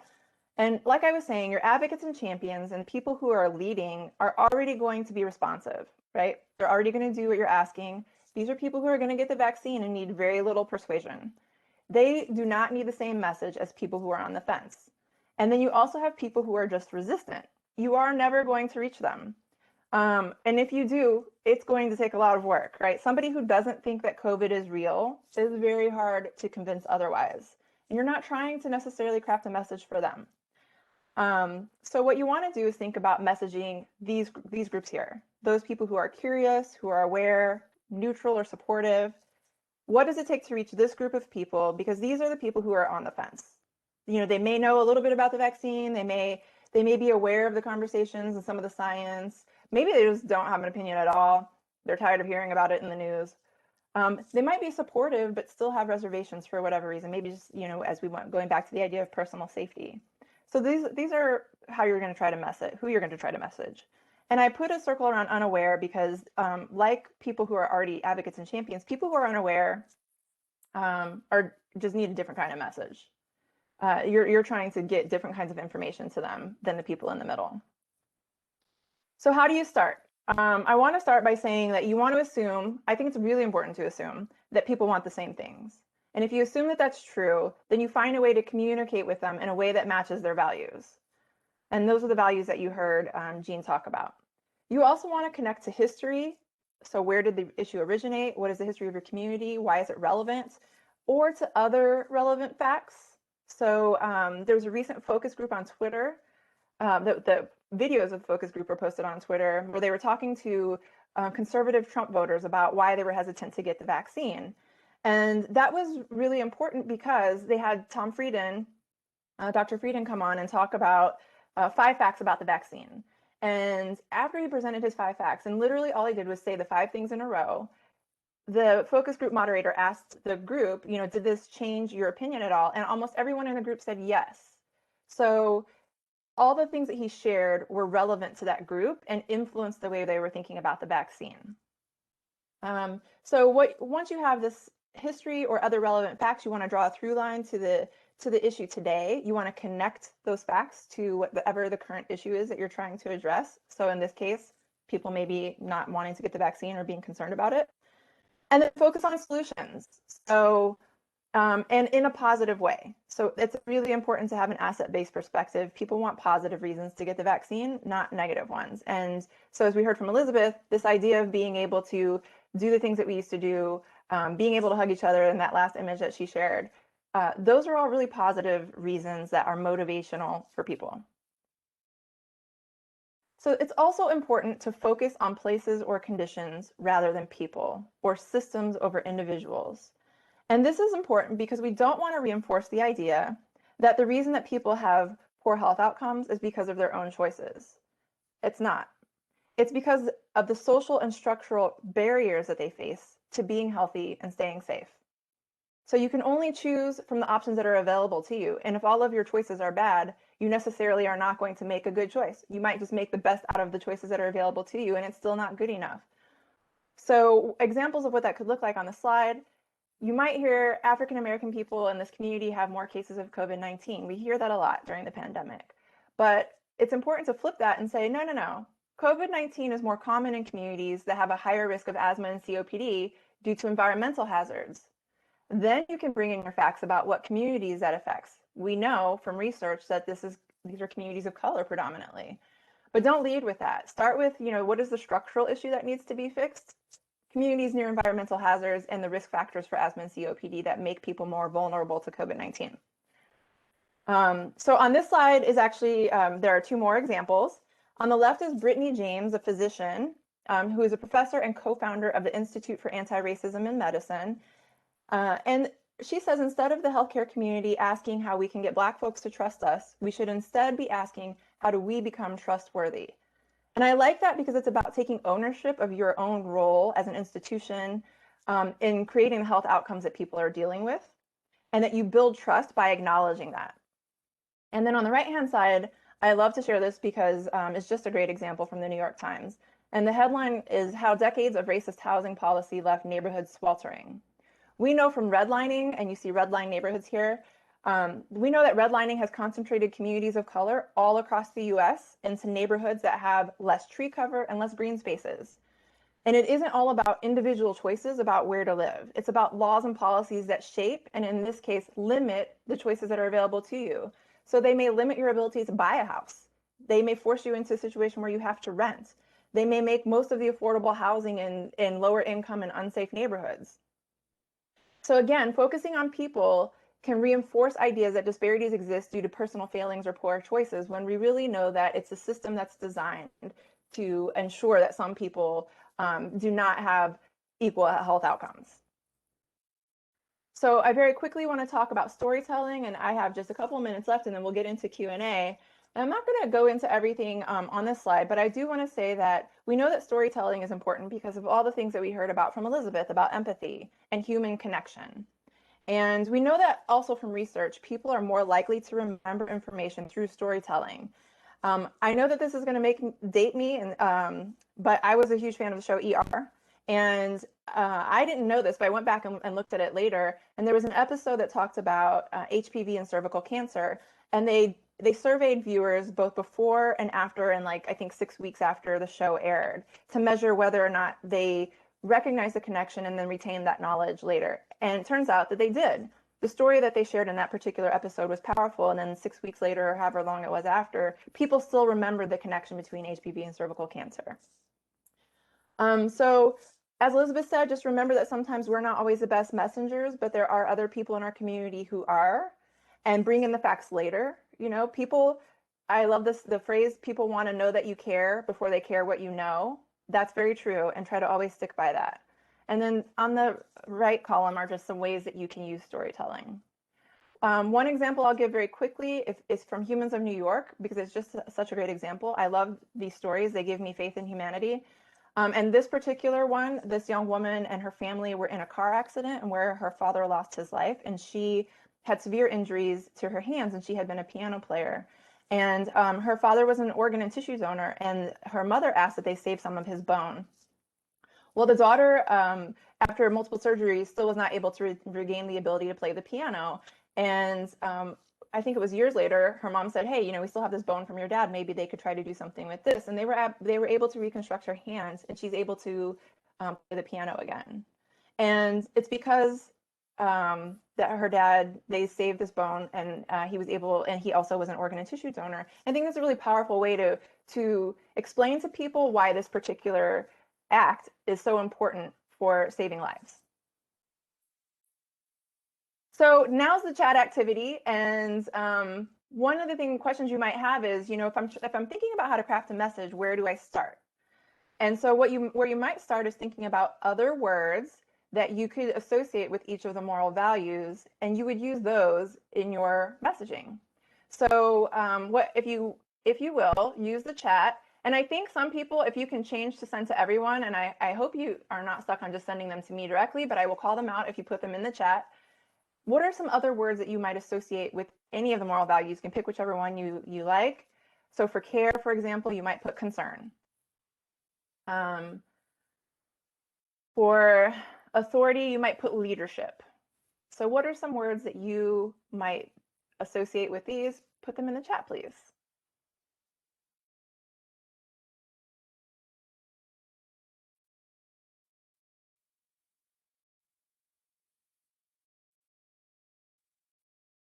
We have some shy folks on the chat. Oh, there you go. Oh, we got a few. Yeah, they're coming in. Okay. We've got care equals love. Authority, you are a role model. Good, good. Sanctity and tradition that's very good. Equality, love. Liberty, choice. That's a good one. We hear that a lot. Liberty and freedom also. And we hear those together. Freedom of choice, right? Freedom to act, freedom to choose what to do with your family. Authority, rules. That's a good one. Fairness, team or equal. Compassion, freedom, equality, all good words. Respected is a good one for authority. Alliance is a good one for loyalty. Let me make sure I didn't miss some.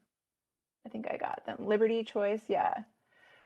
So these are all authority, respected. I think I just said that. So these are all great examples. So, you don't have to necessarily use these exact words that you see here on the screen. The idea is you're trying to find words that resonate with these values and that are words that maybe you would use like when in talking to someone, or that other person might use. And that's how to help you figure out like how to get your message started. So I'm going to wrap up by just giving you a couple of examples and then we'll get to Q&A. So one of the examples is vaccine access. So you want to lead with values, and this is using the framework that I just went through. So leading with values, everyone deserves a fair and just opportunity to be healthy and free from the harm that COVID has caused for so many of us, our friends, families, and neighbors. Identifying the current issue. That means that making sure that people in communities who may be at risk are protected and that everyone can access the vaccine.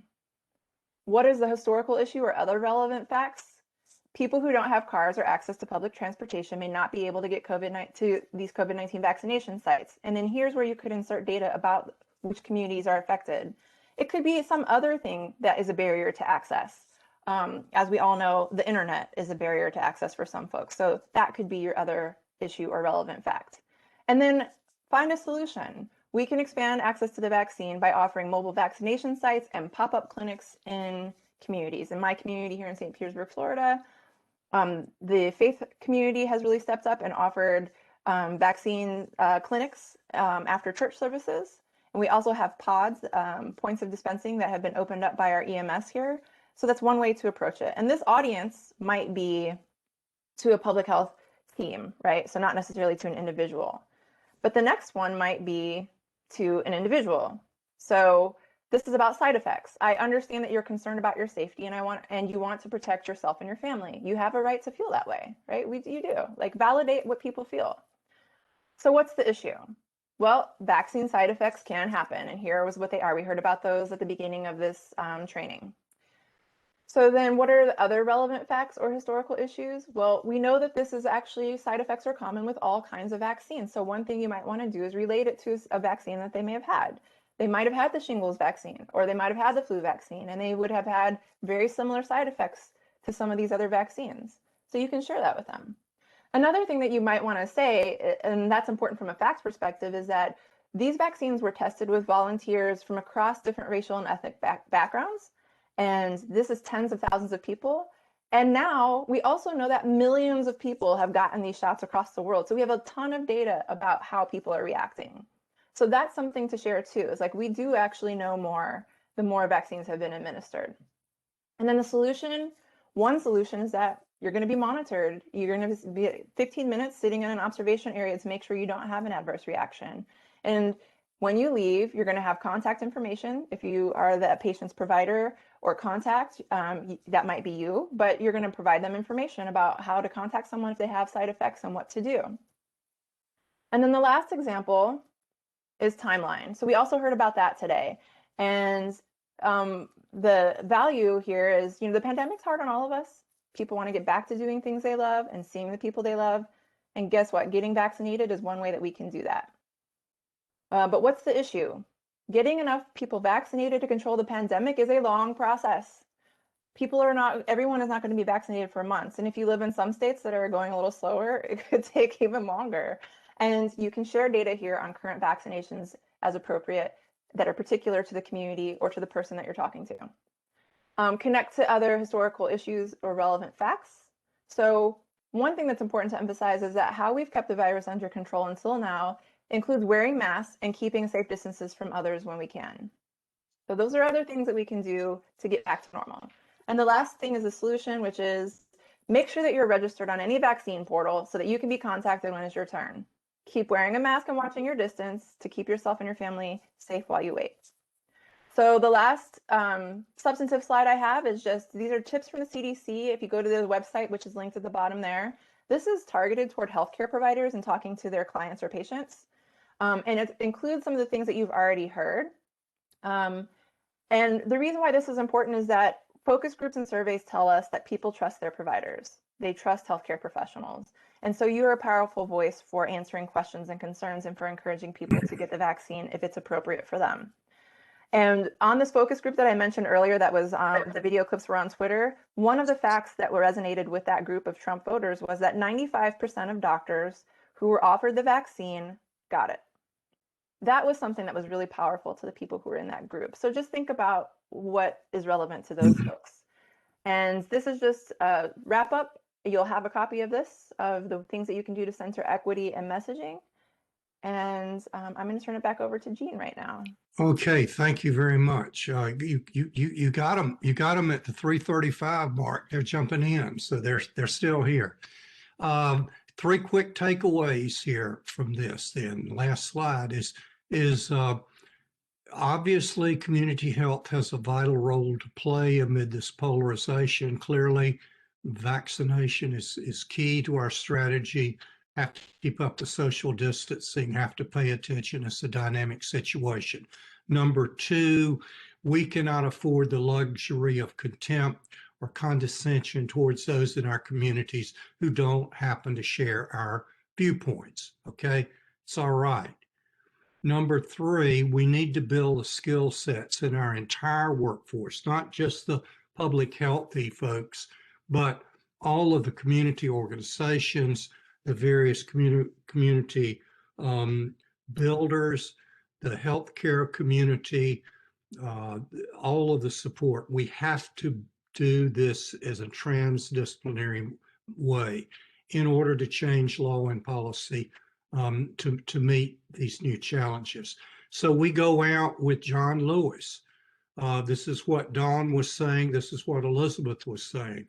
Try to find the goodness in every human being and don't ever give up on that other person. So we're open. We got some time for some questions. You guys were not shy a few minutes ago. We went through this rather quick. So go ahead, next slide, and we're good to go. Please place them in the chat box on your screen, and we'll be glad to go with it. And again, I put in the chat box fairly early the live link to the Jonathan Haidt discussion regarding the 6 values in sort of a different way of explaining it, certainly more eloquently than me. So we're good. Shelby, do you have anything to follow up with? You're welcome to jump in, and also questions for Jen. Fair game. We got some time here. Yeah. While you guys take your time to put questions in your chat box, I'm just going to quickly share with you guys the resources that we have made that you can use with your clients. And I will preface this by saying that we view these as in a relatively final state, meaning that any feedback or comment suggestions that you guys have, please feel free to let us know if there's anything, if you start using it with your clients and you find that anything really. So just want to give that kind of caveat before I show you guys what we have.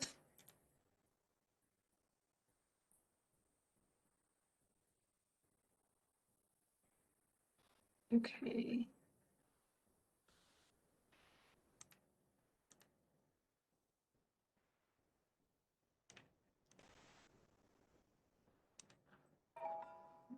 Shared the wrong one first. Sorry about that.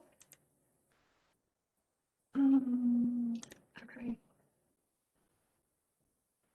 So what we did here, let's see. I can't tell if I'm. Okay. So what we did here was we created a one-pager on the vaccine that kind of just focuses on the benefits and is put in a, a little bit different of an order. And basically the whole idea behind this was we know that messengers are often more important than the message for some people. And so we wanted to create something that wasn't from pharmaceutical companies or from the CDC or from hospitals, just for those people who don't have, do have issues trusting those sources. We wanted to have that like local CBO approach. And so this first one here, we tailored this to Black populations, specifically in our region. And I'm really thankful to Interim Voices for helping us out with the language on this. But basically, this is something that you can share with people who are Black and have concerns about the vaccine, specifically because, and the only difference between this and the one that we made for general audiences is really just the resources. So one of the biggest things, so we talked about, was the vaccine tested on people like me? So that's a common question that is asked specifically in a lot of communities. Were people like me involved in its development? So we put on here the names of some of the Black doctors who were involved in the vaccine development. How were they developed so quickly? We talk about that a little bit. And then really the main part here is, can I trust the vaccine? So we acknowledge, we come out right and say you have every right to be concerned, given medicine's history with racism. So we want to acknowledge that that history that people do feel with medicine, and it's it's passed with racism. So we acknowledge that, and then we say to help you decide, rather than saying this is what you should do. We're saying this is your choice, and we're going to give you some resources of Black scientists talking about it, so you can learn from people that that might resonate more with you. And then over here, we just put some information, some of the facts that kind of kept coming up, questions that people had, and what else you need to know that's important, the side effects and the timing.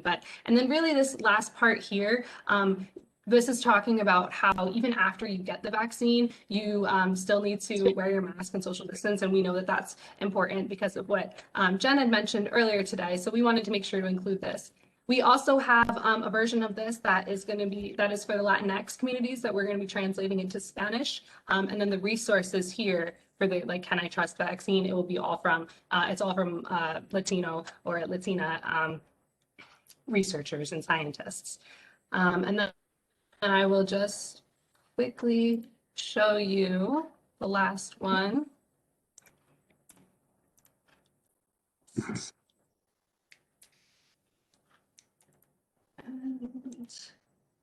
Okay, here we go. Okay, so this is like a generic one that you can use when you're talking to anybody. We do include just a little bit more information here about the clinical trials, so you can reference that if somebody does have more questions on that. But you'll see that the rest of it is pretty similar. It's really all about getting those important elements and getting, really it's just the resources of where people can go to for information.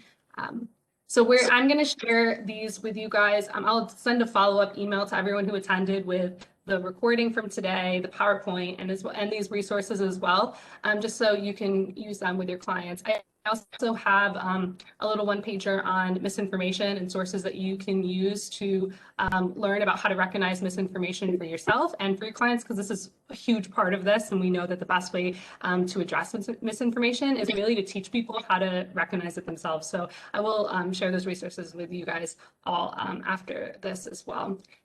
And if anyone has any questions for our presenters, please feel free to put them in the chat now, and I will pass it back over.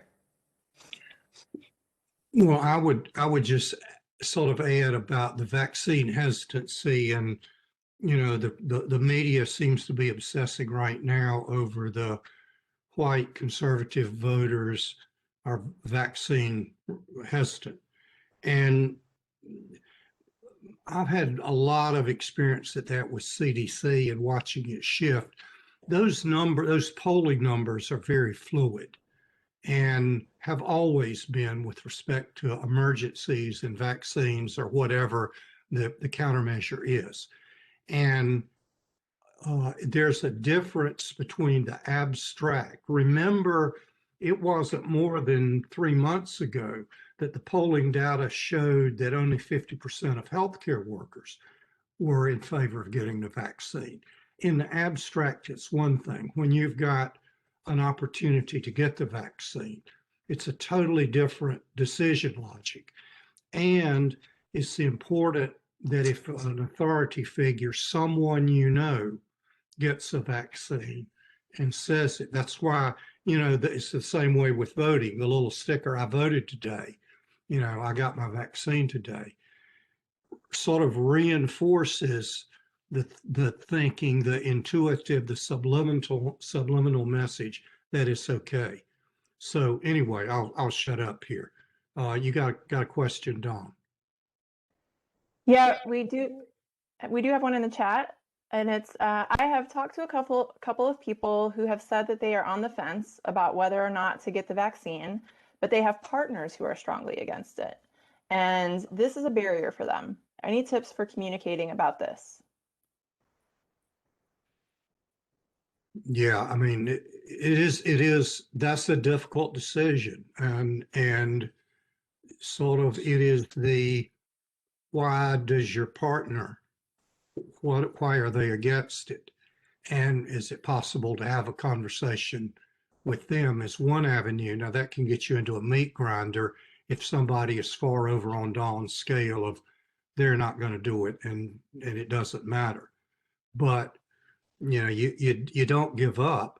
The harder question then becomes, what about actually going against your partner's wishes to go ahead? I'm going to go get a vaccine. Well, that's autonomy and so forth. I turn that back to you, Dawn. Go get them.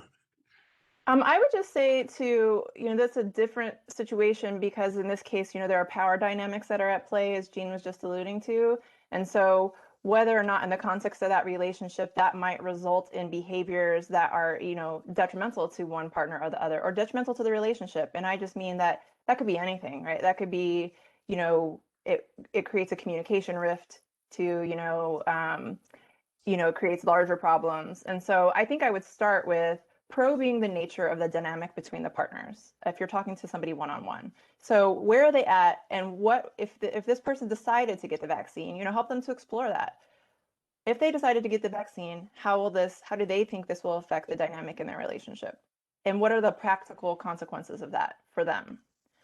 And then I do think, like Jean said, to the extent that you could have that conversation with them together and help facilitate a conversation between them about their views along the lines of all the points that you heard us talk about in the presentation, that would also be helpful strategy. Elizabeth, I don't know if you want to add anything or not. Yeah, thanks for going first on that one, Dawn, because I I had kind of I had to sort of ponder that as I was reading the question, because I feel like there are a lot of layers going on with it. And yeah, I have so many follow-up questions that I didn't necessarily have an easy first response to it. It's funny though, I was having a conversation like that with someone relatively recently, and I think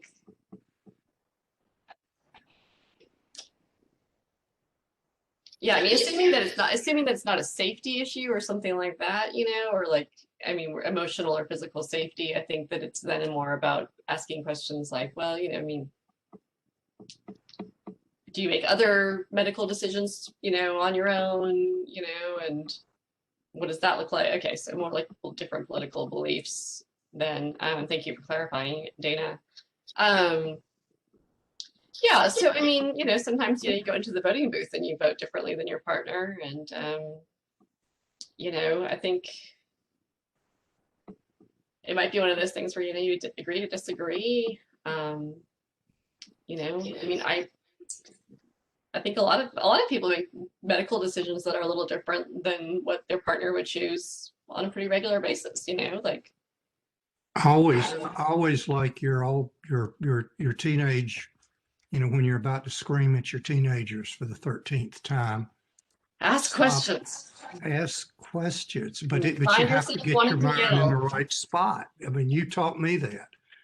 Yeah, when you find yourself wanting to yell, ask questions. That is always really good advice. And yeah, I mean, sometimes it's like I'm choosing to get this vaccine. I really want to yell at you because I feel like you should also get the vaccine, and I could ask you a lot of questions about it. But then also sometimes in a marriage, and I am a very happily married person, but sometimes I'm just gonna have to make a decision for myself and do my thing, and he's gonna make a decision for himself and do his thing, and.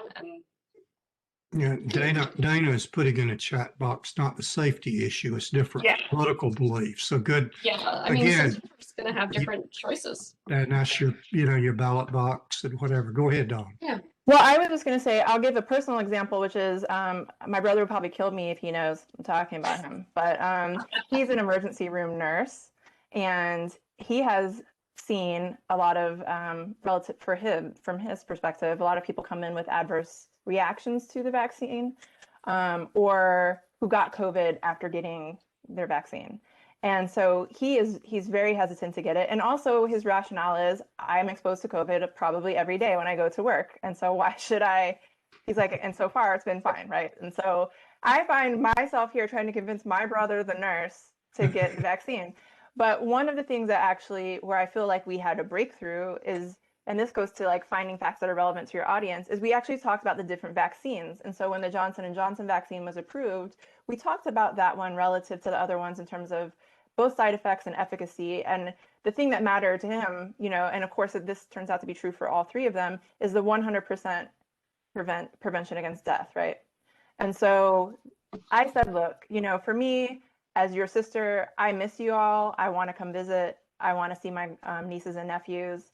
And you have a family. He's got 6 kids, and so it's like, don't you want to protect them, and don't you want me to be able to come and stay with you and visit you? So that's also appealing to just that personal connection. But then it took some time also to find something that resonated with him. In that case, it was talking about the different vaccines and the different kinds of side effects and research that we know about them. So I just wanted to share that because it may not be a partner, maybe another family member, but and we don't have different political beliefs. It's just from what he has seen in his direct experience, and you may have a similar experience. Dawn, that's exactly the way Shelby is sort of jumping in as well. The pros and the cons. You did that with your brother, right? Yeah. Yeah, you'd like to come. Yeah. Right, and he had some good cons. Let me tell you. I mean, if you see people come in and have serious reactions that may be associated with the vaccine like that, yeah, that could cause you some pause. But then let's talk about them. Talk about it. I kind of lead with,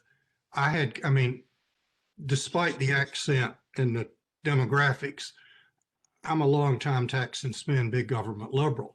So when this was launched as Operation Warp Speed, I just rolled my eyes. You got to be kidding me. It's going to be a train wreck. And the miracle that was landed on our plate is these vaccines arrived that quick and they seemed that effective. All my epidemiologist friends from CDC, we have a call at 7 o'clock tonight, were just stunned when the Israeli data came back. And it had that piece about the 100% protective against serious illness or death if you get the vaccine. That set me right, in the right direction. I'm sorry, I do go on. It's almost the top of the hour. It is. I put the survey link in there. So if you're sitting there now and you have a few minutes, you can take the survey and see your own profile if you haven't done that yet. But I think it will also be in the subsequent materials if you want to put that off. But now's a good time. Like we're about to end. And if you have, takes 5 minutes or less of your time to do. And I think it'll be really interesting to see. I find it really interesting, and I keep that kind of handy just to think about my own profile and making adjustments for for my own biases. Are you going to tell us whether it changed over time, Dawn Hunter? It's, you want to know what's funny? I've taken it twice, and the second time my scores on sanctity and authority were lower. Go figure. This was well into the pandemic the second time I took it.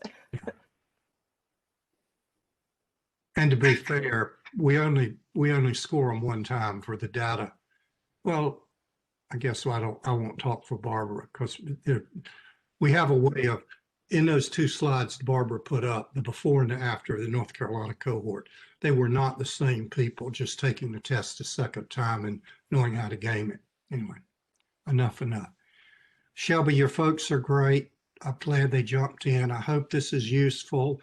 You know, if you want us to talk about doing a skill building workshop where these folks can bring their issues to the table and we can work through them in a more detailed and with a little bit more time and with facilitators in smaller groups, we're working on that as well. COVID, health equity, whatever. We're working on a number of different topics.